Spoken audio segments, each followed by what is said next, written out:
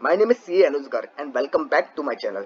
Today we are going to discuss a very short topic, basic accounting terms of the accounting of the commerce. So friends, हम जैसे कि जानते हैं कि हमारी तीन ब्रांचेस हैं पढ़ने की. फर्स्ट ऑफ ऑल होती है साइंस, दूसरी होती है कॉमर्स और तीसरी होती है आर्ट्स.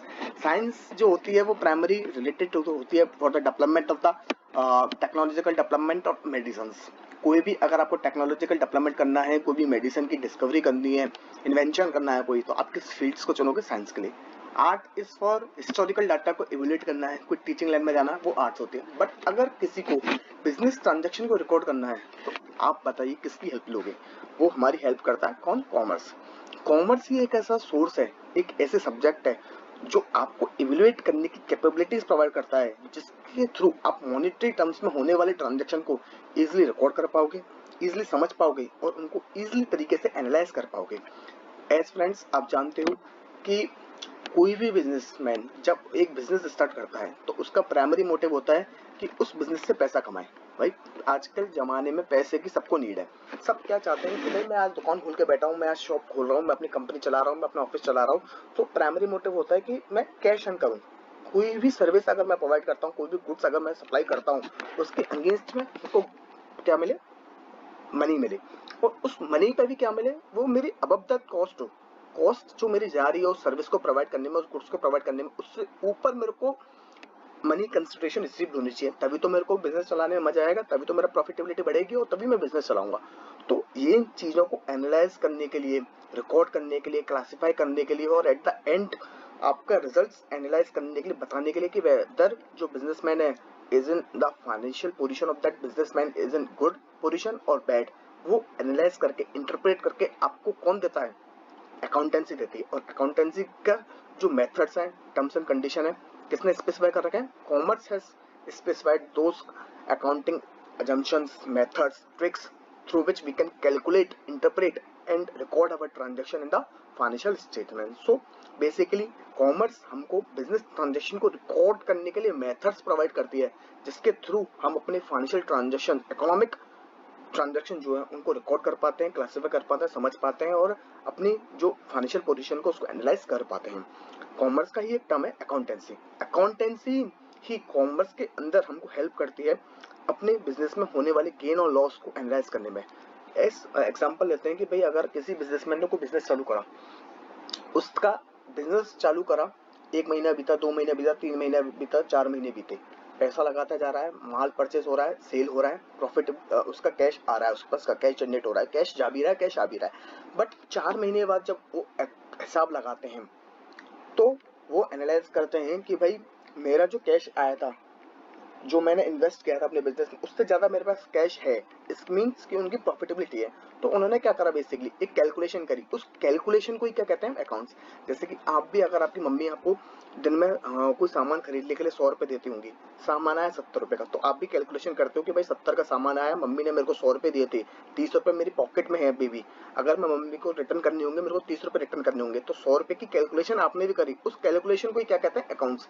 कि मनी का मेजरमेंट करना, वैल्यू को आइडेंटिफाई करना, कितने खर्च हुए, कितने बचे, कितने रिमेनिंग है, what is the actual position of the cash और the other balance in my bank at now, वो ही को एनालाइज करना हमारी अकाउंटेंसी कहलाती है. ये basically eight the end of the financial year perform करती है. अकाउंटेंसी की जो प्रोसेस है वो परफॉर्म तो ईच एंड एवरी ट्रांजेक्शन पे होगी, बट एनालाइज करके जो इंटरप्रेट मेन गोल होता है वो फाइनेंशियल पोजीशन को एनालाइज करना होता है लास्ट ईयर के लास्ट में. दूसरा आता है अकाउंटिंग. अकाउंटिंग ही वो प्रोसेस है जिसके थ्रू हम अपने जो बिजनेस ट्रांजेक्शन को रिकॉर्ड कर पाते हैं. सबसे पहले जो अकाउंटिंग का काम होता है वो बिजनेस ट्रांजेक्शन को डाटा कलेक्ट करना होता है. भाई कोई भी अगर हमको काम चालू करना है तो क्या करना पड़ेगा? पहले डाटा कलेक्ट करना पड़ेगा, तभी तो हम उस पर एनालाइज कर पाएंगे, उसको समराइज कर पाएंगे. तो सबसे पहले बेसिक डाटा कलेक्ट करने होते हैं. ये जो अकाउंटिंग का फंक्शन है, कलेक्टिंग ऑफ डाटा, वो कौन परफॉर्म करके देता है? आप आगे जाके पढ़ोगे जनरल. एक प्रोसेस होती है जिसके थ्रू हम जनरल एंट्री पास करते हैं और उसमें अपने जो फाइनेंशियल ट्रांजेक्शन हो रहे हैं उनको रिकॉर्ड करते हैं. दूसरा आता है समराइजिंग. समराइजिंग उस जनरल में जो भी ट्रांजेक्शन हमने रिकॉर्ड करें, हम after that we will bifurcate those transaction into different ledgers and then from those ledgers we will create some accounts. Classify करेंगे, उन अकाउंट को क्लास एनालाइज करेंगे and then at the end of the financial year हम report prepare करेंगे जिसको हम कहते हैं फाइनेंशियल स्टेटमेंट. उस फाइनेंशियल स्टेटमेंट में एक साइड डेबिट होगी, एक साइड क्रेडिट होगी, एक साइड इनफ्लो होगा, एक साइड आउटफ्लो होगा, जिसके थ्रू हम एनालाइज करेंगे कि भाई जितना इनफ्लो हमने करा था करंट ईयर में और जितना आउटफ्लो हुआ है उसमें हमको प्रॉफिट हुआ है या लॉस हुआ है, वो परफॉर्म करके देगा हमको अकाउंटिंग। प्रॉपर फाइनेंशियल फ्रेंड्स, ये प्रॉपर फाइनेंशियल करेक्टर के ऊपर बेस्ड होता है। कोई भी ऐसा आइटम जो नॉन मॉनेटरी है वो हम अकाउंटिंग की डेफिनेशन में क्लासिफाई नहीं करते, उसको हम अकाउंट्स में कंसिडर नहीं करेंगे। बट इसकी भी एग्जाम्पशन है, कुछ ऐसे ट्रांजेक्शन को आप पढ़ोगे जिनको हम फाइनेंशियल ट्रांजेक्शन फाइनेंशियल स्टेटमेंट्स पर मैटर नहीं करेंगे, बट जो नीचे एक लाइन मेंशन करते हैं कि भाई ऐसा हो सकता है, आप अपने माइंड में रखिए। अब फ्रेंड्स, हम नॉर्मली जो बात कर रहे थे देर से, वो कह रहे हैं कि financial transaction financial transaction financial transaction. अब आपके माइंड में ये बात घूम रही होगी कि भाई ये फाइनेंशियल ट्रांजेक्शन क्या होता है, whether what is the actual definition of transaction. So friends, आइए अब इस ट्रांजेक्शन को जानते हैं। So every activity performed in the business which have some financial impact on the business are known as transaction। कोई भी ऐसी एक्टिविटी जो बिजनेस में परफॉर्म हुई है, आइदर सेल की, परचेज की, पैसे लेने की, देने की, व्हाटएवर इट इज, उसका अगर कोई फाइनेंशियल इम्पैक्ट है, कोई मॉनेटरी टर्म्स है, कोई भी 1 रुपए का भी लेन देन हुआ है, तो वो बिजनेस की डेफिनेशन में, अकाउंटेंसी की डेफिनेशन में क्या कहलाएगा, ट्रांजैक्शन कहलाएगा। And that businessman have to record that transaction in its books of account, whether it is the value of 1 rupee, it should have to be recorded in the books of account। otherwise ये जो case है वो miss reporting, under reporting का case चला जाएगा। each and every transaction had to be recorded in the books of account of the business। transaction can be positive impact on the negative impact on the books of account of the business। इसका मतलब है कि भाई transaction कुछ ऐसे हो सकता है जिनका पॉजिटिव इम्पैक्ट है, किसी का नेगेटिव इम्पैक्ट है। अगर let's take an example friends, कि अगर कोई कैश बिजनेस में आया तो उसका ऑब्वियसली है वो हमारी जो कैश की वैल्यू है उसको इंक्रीज कर देगा, तो उसका इम्पैक्ट क्या हुआ, पॉजिटिव हुआ। But on the same time अगर कोई हमने प्रोडक्ट बेचा तो वो प्रोडक्ट बेच पे कैश रिसीव होगा, पॉजिटिव है। अगेंस्ट में इसके कन्वर्जली अगर कोई परचेज हमने करी तो कैश हमको देना पड़ेगा, हमारा कैश बैलेंस जो है रिड्यूस होगा, डिक्रीज होगा। वो डिक्रीज हमारे फाइनेंशियल स्टेटमेंट पे क्या डालेगा, नेगेटिव इम्पैक्ट डालेगा। कोई एक्सपेंसेस हमने करे, कोई ब्रोकन हो गया, कोई चीज हम लेके आए थे वो टूट गई, या फिर कोई थेफ्ट हो गया, तो वो हमारे बिजनेस में नेगेटिव इम्पैक्ट लेके आएंगे। बट उसकी मॉनेटरी वैल्यू है, कोई जो सामान चोरी हुआ है उसका मॉनेटरी आइटम था, वो मॉनेटरी वैल्यू है, उसकी कुछ ना कोई कंसिडरेशन होगी जिसको देखकर हमने उसको परचेस किया था। आज वो हमारे पास नहीं है क्योंकि वो चोरी हो चुकी है, कोई चीज टूट चुकी है, वो हमसे लॉस हो गई है, तो उसकी भी मॉनेटरी वैल्यू थी, तो उसको हमको रिकॉर्ड करना पड़ेगा। वो अगर हमारे पास नेगेटिव वैल्यू लेके आ रही है, लेकिन हम कह नहीं सकते कि भाई ये नेगेटिव वैल्यू है, हम अपने फाइनेंशियल स्टेटमेंट को गलत करेंगे, ये कहना बिल्कुल सरासर गलत है। हमको हर ट्रांजेक्शन रिकॉर्ड करना है। ये सबसे बड़ी बात आपको अपने दिमाग में रखनी है कि फाइनेंशियल ट्रांजेक्शन को, हर कोई ट्रांजेक्शन जिसमें मॉनेटरी वैल्यू आ रही है, अगर 1 पैसे की भी आ रही है, तो उसको अपने बिजनेस में, अपने अकाउंट्स में, अपनी जो जनरल है उसमें रिकॉर्ड करके चलना है। आपको कभी भी उस ट्रांजेक्शन को भूलना नहीं है। एक परफॉर्मा मैं आपको बता देता हूँ, जैसे कि आप देख सकते हो, अपना जो लेफ्ट साइड है उसमें इनफ्लो है, राइट साइड है उसमें आउटफ्लो है। फ्रॉम राम कैश आया 1000 रुपए का, फ्रॉम श्याम 500 रुपए का आया, मुकेश से 400 का आया, सीता का 450 का आया। मैंने एक एग्जांपल लिया आपको समझाने के लिए कि बेसिकली अकाउंट्स क्या होते हैं। अकाउंट्स में 2 साइड होती है, एक इनफ्लो साइड होती है, एक आउटफ्लो साइड होती है। इनफ्लो साइड को हम डेबिट साइड कह देते हैं और आउटफ्लो साइड को हम क्रेडिट साइड कह देते हैं। जो एक्सपेंस हमने करे वो हमारे खर्चे हो जाते हैं, वो डेबिट में आ जाते हैं, और जो हमने कैश रिसीव करा है वो हमारी इनफ्लो हो जाता है, वो डिस्क्राइब होता है। तो इसको ही आपको समझना पड़ेगा। आगे हम जाएंगे तो इसको बेहतर करेंगे डेबिट और क्रेडिट में, ये सिंपल है। अब आप बता देता हूँ कि डेबिट और क्रेडिट क्या होता है। अब डेबिट और क्रेडिट भी समझ लीजिए फ्रेंड, कि कोई भी जनरल अगर अकाउंट्स बनाओगे तो आपको 2 चीज ध्यान रखनी पड़ेगी, एक होता है हमारा डेबिट, एक होता है credit. Debit add to the expenses and assets account and subtract from liability, revenue and equity balance. इसका मतलब है कि जो डेबिट होता है वो एक्सपेंसेस में तो ऐड होता है। इट्स मींस कि फ्रेंड्स, अगर आपने कोई एक्सपेंस करा, कोई खर्चे करे, कोई जैसे कि आपने कोई रूम का रेंट दिया, कोई अगर आपने रेंट, आपकी जो प्रेमाइसेस थी वो रेंट पे चल रही थी, आपने शॉप का रेंट दिया, आपने फैक्ट्री के एक्सपेंसेस करे, कोई एडवर्टाइजमेंट एक्सपेंस करे, कोई डिलीवरी दी, कोई डिस्ट्रीब्यूशन एक्सपेंसेस हुआ, तो एक्सपेंसेस का जो नेचर होता है ना फ्रेंड्स, वो नॉमिनल नेचर होता है। तो एक्सपेंसेस होते हैं हमारे डेबिटेड होते हैं। कोई असेट्स है, अपने जो असेट्स होते हैं वो कंपनी जो ओनर है उसके खुद के हैं, उसके पास असेट्स हैं, उसकी ये राइट है कि वो उन असेट्स को यूटिलाइज कर सकता है, उसने पैसे देके वो खर्च करें, उसका राइट है। तो जो असेट्स हैं वो कंपनी का एक ओनर का अधिकार होता है। उनको डेबिट करना होता है। And subtracted from the liability, liability का जो नेचर होता है ना फ्रेंड्स, वो लायबिलिटी होती है जिसको मेरे को किसी के पास पे करना है। आगे जाकर मैं आपको असेट्स का पूरा डिटेल एक्सप्लेनेशन दूंगा, लायबिलिटी का दूंगा, तो आपको डरने की कोई बात नहीं है। मैं बेसिकली टर्म समझा रहा हूँ कि डेबिट होता है क्या क्रेडिट होता है। अभी के लिए आप इतना समझ लीजिए कि एक्सपेंसेस जो होते हैं वो डेबिट होते हैं, क्योंकि वो खर्चे हैं कंपनी के, खर्चा हमेशा डेबिट होता है। और जो असेट्स है वो डेबिट होता है कभी, उनका कंपनी के पास अधिकार है, अधिकार वाली चीज डेबिट होती है और लायबिलिटी सब्ट्रैक्ट होती है। While subtracted credit subtracted from the expenses and assets balance and add to liability revenue and equity account। इसका मतलब क्या है फ्रेंड्स कि अगर कोई भी हमारे खर्चे में कमी आई है, कोई हमने खर्चा एक्स्ट्रा कर दिया था, कोई अपने एडवर्टाइजमेंट पे ज्यादा पे कर दिया था, अब रिटर्न आ रहा है, तो वो एक्सपेंसेस जो होगा वो अपनी क्रेडिट साइड आएगा, क्योंकि इनकम जो होती है वो क्रेडिट। अगर आपने सेल्स करी है तो सेल्स करते टाइम पे फ्रेंड्स आप जो एंट्री रिकॉर्ड करोगे वो रिकॉर्ड करोगे cash account debit to sales, cash मेरे पे रिसीव हुआ है टू सेल्स, सेल्स में, तो कैश आपने डेबिट करा। कैश क्या होता है फ्रेंड्स, अभी के लिए समझ लीजिए कि जो कैश होता है वो असेट्स होता है। तो असेट्स हमने ऊपर बता दिया कि असेट्स हमारे क्या होंगे, डेबिट होंगे। बट सेल्स है, सेल्स हमारा रेवेन्यू होता है, रेवेन्यू हम क्या कराएंगे, क्लासिफाई करेंगे क्रेडिट के अंदर।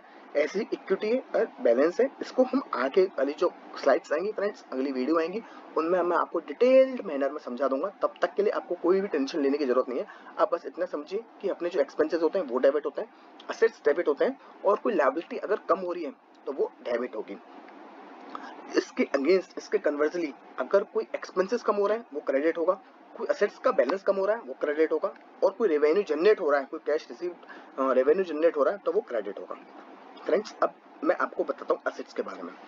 Assets is a resource with economic value that an individual, corporation, company own or control with expectation that it will provide a future benefit। एक assets एक कंपनी की धरोहर होती है, कंपनी के पास एक सोर्स होता है through which we can generate the future economic benefit. एक इकोनॉमिक वैल्यू होती है कंपनी के पास जो एक इंडिविजुअल, कॉर्पोरेशन, कंट्री ऑन करती है, और वो ये सोच के ऑन करती है कि भाई इन असेट्स को मैं यूटिलाइज करके, आइदर मशीनरी हो सकती है, कोई फर्नीचर हो सकता है, उसको मैं यूटिलाइज करके क्या करूंगा फ्रेंड्स, फ्यूचर बेनिफिट जनरेट करूंगा।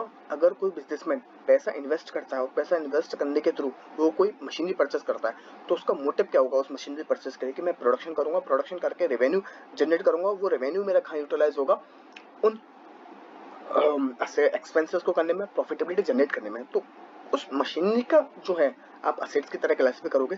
असेट्स कुछ भी नहीं होता, एक कंपनी की असेट्स होते हैं, एक रिसोर्सेज होते हैं जो कंपनी ऑन करती है, कंपनी के पास जिनका राइट है यूज करने का, यूटिलाइज करने का, और उनके थ्रू हम फ्यूचर इकोनॉमिक बेनिफिट जनरेट कर सकते हैं।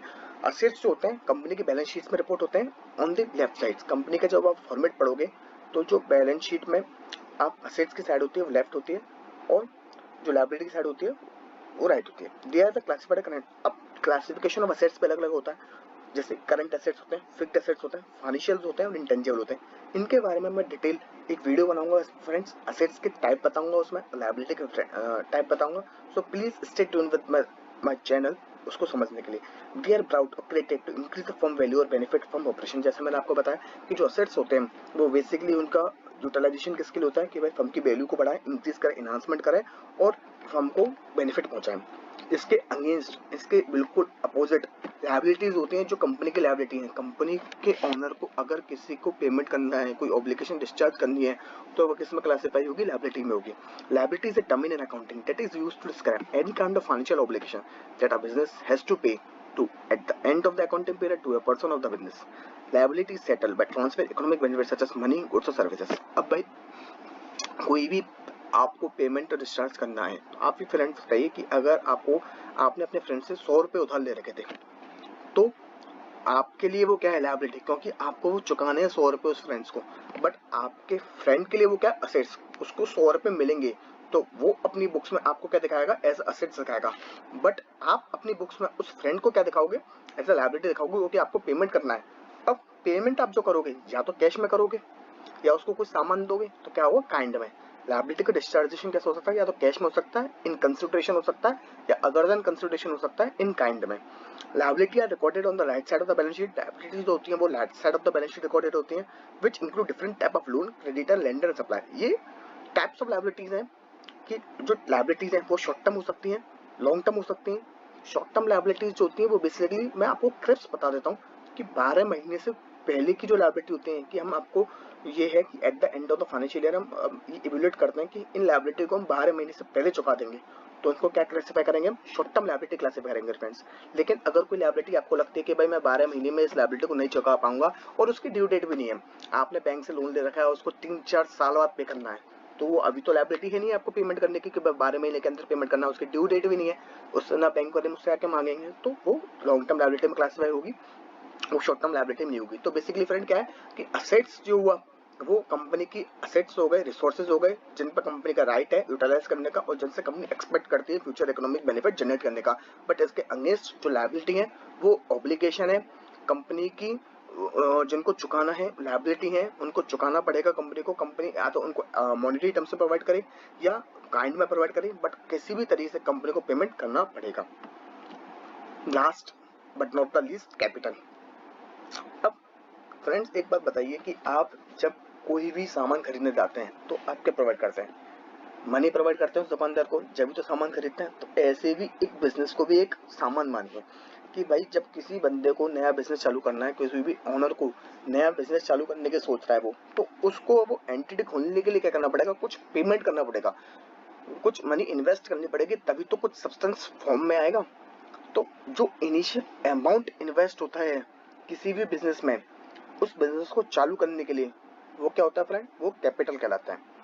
अब आप मानिए कि आपके पापा ने आपके एफडी बनवाई कि आपकी शादी होगी या कोई एजुकेशन है, उसको फुलफिल करने के लिए 5 साल बाद 10 साल बाद जब आप हायर स्टडीज के लिए जाओगे, अब्रॉड जाओगे या फिर कोई बढ़िया आपको कोर्स करना है विद इन इंडिया, तो आपकी यूटिलाइजेशन होगा। तो वो एफडी में आप जो पैसा इन्वेस्ट कर रहे हो वो क्या, कैपिटल आज इन्वेस्ट कर रहे हो उसके लिए, जो फ्यूचर इकोनॉमिक बेनिफिट देगा आपको कुछ टाइम के बाद। उसको एसेट्स में भी क्लासिफाई कर सकते हो फ्रेंड्स, बट आपके लिए वो एसेट्स है। लेकिन अगर आप बिजनेस एंटिटी के देखो तो वो लायबिलिटी, क्यों, उसको पेमेंट करना है लायबिलिटी, बिजनेस एंटिटी को तो पेमेंट करना है आपको, और आप ओनर हो, आप बिजनेस से मांग सकते हो। तो कैपिटल का मतलब क्या हुआ, सिंपली कि जो अमाउंट आपने बिजनेस में इन्वेस्ट करी है at the start of the year, वो आती है कैपिटल। आपकी एक्सपेक्टेशन क्या होती है उस कैपिटल को इन्वेस्ट करने के लिए कि भाई आज मैं इस बिजनेस को चालू कर रहा हूँ, उस बिजनेस से मेरे को कुछ रिटर्न मिलेगी, उस रिटर्न से मैं अपना प्रॉफिटेबिलिटी जनरेट करूंगा और अपने बिजनेस को एक्सपांड करूंगा। तो आपका मोटिव सिंपल है, उस कैपिटल पर रिटर्न पाना। तो मनी जो आपने अमाउंट इन्वेस्ट करा है वो आपके लिए एसेट्स है, उस बिजनेस एंटिटी के लिए वो कैपिटल लायबिलिटी है और वो लायबिलिटी हेड में शो होगी। ठीक है friends, this is all from my part. Friends जैसे कि आप जानते हो कि किसी भी सब्जेक्ट को पढ़ने के लिए आप उसको पूरा गो थ्रू एक साथ नहीं कर सकते, धीरे धीरे ही समझना पड़ेगा। जैसे कि अगर आप इंग्लिश की क्लास लो तो पूरे सेंटेंस को आप एक बार नहीं बता सकते। अगर मैं एक बार में पूरे सेंटेंस को वो टीचर बता भी देगा इंग्लिश का, तो आप कहोगे कि भाई समझ में नहीं आ रहा, उसको कैसे स्टार्ट करना पड़ेगा, ABCD से।